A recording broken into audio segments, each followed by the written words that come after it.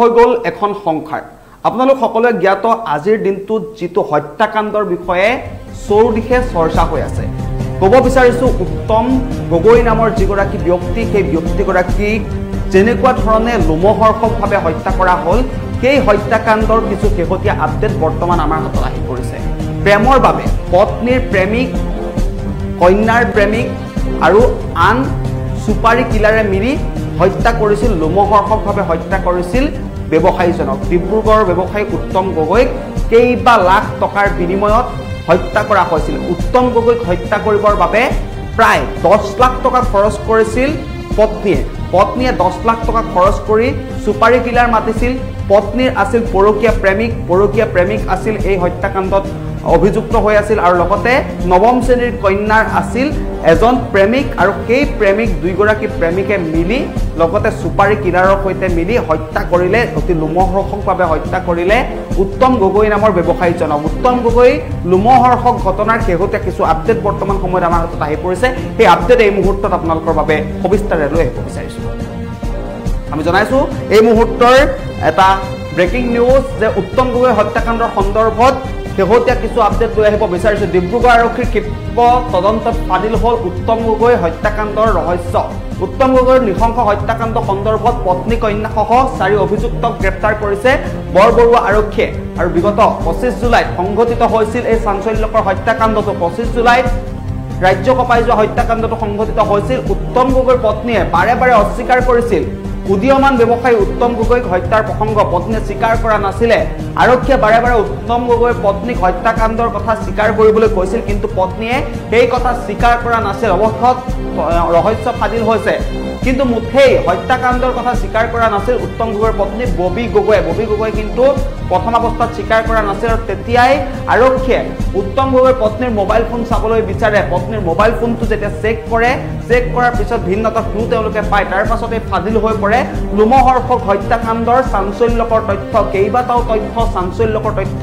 পোহৰলৈ আহে আৰু তাৰ উপৰিও উত্তম গগৈৰ হত্যাকাণ্ডৰ প্ৰসংগত আন বহুকেইটা গুৰুত্বপূৰ্ণ আপডেট আমাৰ হাতত আহি পৰিছে যে কোনো দুৰ্বৃত্তই ঘৰত অকলে থকা অৱস্থাত নিশা নৃশংসভাৱে হত্যা কৰা বুলি সন্দেহ কৰা হৈছিল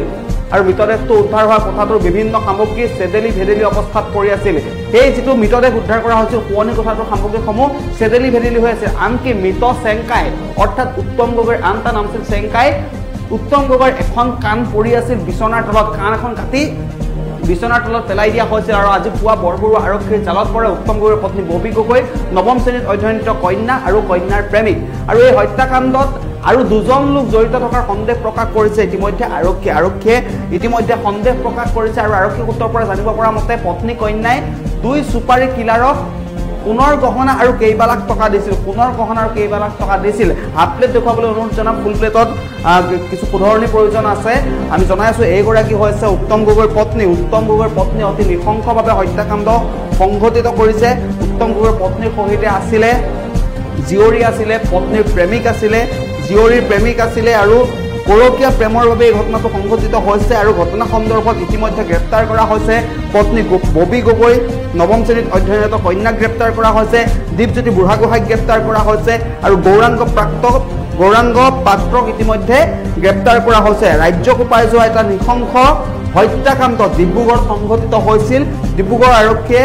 ইতিমধ্যে গ্ৰেপ্তাৰ কৰিছে 4 অভিযুক্ত বিগত 25 জুলাইত এই চাঞ্চল্যকৰ হত্যাকাণ্ডটো সংঘটিত হৈছিল আৰু তাৰ পাছতে আৰক্ষীয়ে তদন্ত অব্যাহত ৰাখিছিল উত্তম গগৈৰ পত্নীয়ে বাৰে বাৰে অস্বীকাৰ কৰিছিল এই হত্যাকাণ্ডৰ প্ৰসংগটো কিন্তু আৰক্ষীয়ে বাৰে বাৰে সংকোচ কৰিছিল পত্নীৰ মোবাইল ফোন চেক কৰিছিল মোবাইল ফোনটো চেক কৰাৰ পাছতে সমগ্ৰ তথ্য পোহৰলৈ আহিছে আৰু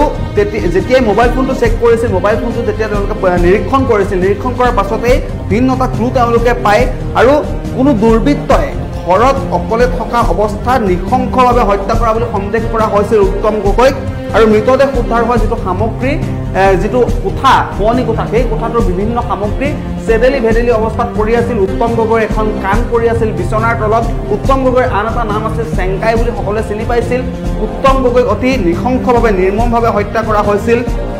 আৰু আজি পুৱাৰ ভাগত বৰবৰুৱা আৰক্ষীৰ জালত পৰে উত্তম গগৈৰ পত্নী ববি গগৈ নৱম শ্ৰেণীত অধ্যয়নৰত কন্যাৰ প্ৰেমিক আৰু প্ৰেমিকৰ সহযোগী আৰু এই হত্যাকাণ্ডত আৰু দুজন লোক থকাৰ সন্দেহ প্ৰকাশ কৰিছে আৰক্ষীয়ে আৰু উত্তম গগৈক হত্যা কৰি সমগ্ৰ ঘটনাটো ডকাইতিৰ ৰূপ দিবলৈ চেষ্টা কৰা হৈছিল আৰু প্ৰায় 10 লাখ টকা খৰচ কৰি সুপাৰী কিলাৰ মাতিছিল উত্তম গগৈৰ পত্নীয়ে সুপাৰী কিলাৰ লগাই উত্তম গগৈক অতি নিশংসভাৱে হত্যা কৰা হৈছিল এটা অতিকে লোমহৰ্ষক এটা অতিকে জঘন্য এটা ঘটনা যেটো ঘটনাৰ এতিয়া ভিন্নতা তথ্য পোহৰলৈ আহিছে যে উত্তম গগৈক কেনেকৈ হত্যা কৰা হৈছিল হত্যাৰ ব্লুপ্ৰিন্ট তেওঁলোকে কেনেকৈ ৰচনা কৰিছিল পত্নীৰ প্ৰেমিক ইয়াত জড়িত আছিল কন্যাৰ প্ৰেমিক জড়িত আছিল আৰু ইতিমধ্যে ডিব্ৰুগড় বৰবৰুৱা আৰক্ষীয়ে ইতিমধ্যে আটক কৰিছে গ্ৰেপ্তাৰ কৰা হৈছে ইতিমধ্যে আৰু হত্যাকাৰীৰ উচিত শাস্তিৰ দাবীত ওলাই আহিছে একাংশ লোক হত্যাকাৰীক কঠোৰতকৈ কঠোৰ শাস্তি দিবলৈ আহ্বান জনাইছে দাবী জনাইছে সাধাৰণ ৰাইজে